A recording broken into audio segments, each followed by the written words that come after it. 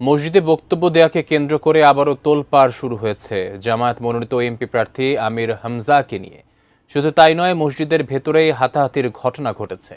কিন্তু ঠিক কী কারণে হঠাৎ মসজিদে উত্তপ্ত পরিস্থিতি তৈরি হয়েছিল জানাচ্ছেন SI রাজ।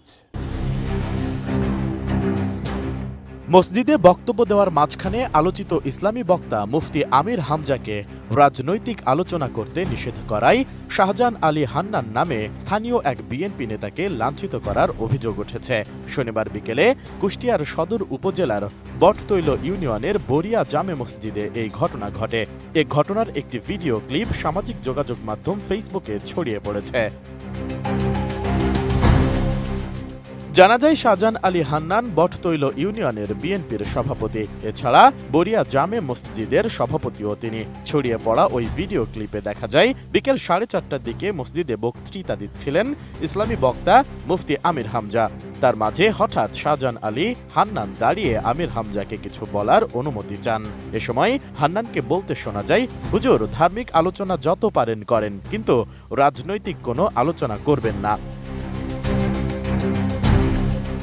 এরপরেই মসজিদে থাকা মুসল্লিরা উত্তেজিত হয়ে পড়েন। তারা হান্নানের দিকে তেড়ে যান এবং তাকে ধাক্কা দিয়ে মসজিদ থেকে বাইরে বের করে দিতে চেষ্টা করেন। এ সময় কয়েকজনকে পরিস্থিতি নিয়ন্ত্রণ করতে দেখা যায়। টানা তৃতীয়বার অর্জন করেছে দেশের সেরা সুপার ব্র্যান্ড স্বীকৃতি বসুন্ধরা টিস্যু।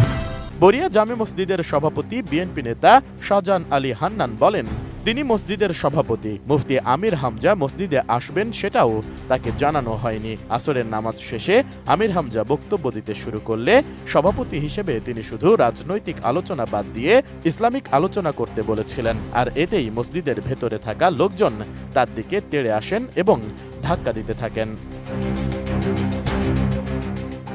হান্নানের দাবি, স্থানীয় কয়েকজন বাদে মসজিদের ভেতরে যারা ছিলেন তারা সবাই অপরিচিত জামাতে ইসলামীর লোকজন। যদিও এ ঘটনার পর আমির হামজা দুঃখ প্রকাশ করেছেন। বিষয়টি জেলা বিএনপির সদস্য সচিবকে জানানো হয়েছে বলেও জানান হান্নান। ঘটনার তীব্র নিন্দা জানিয়ে ইউনিয়ন বিএনপির সাধারণ সম্পাদক হাজী মোহাম্মদ আনিসুর রহমান বলেন, হান্নান নিজেও ওই মসজিদের সভাপতি।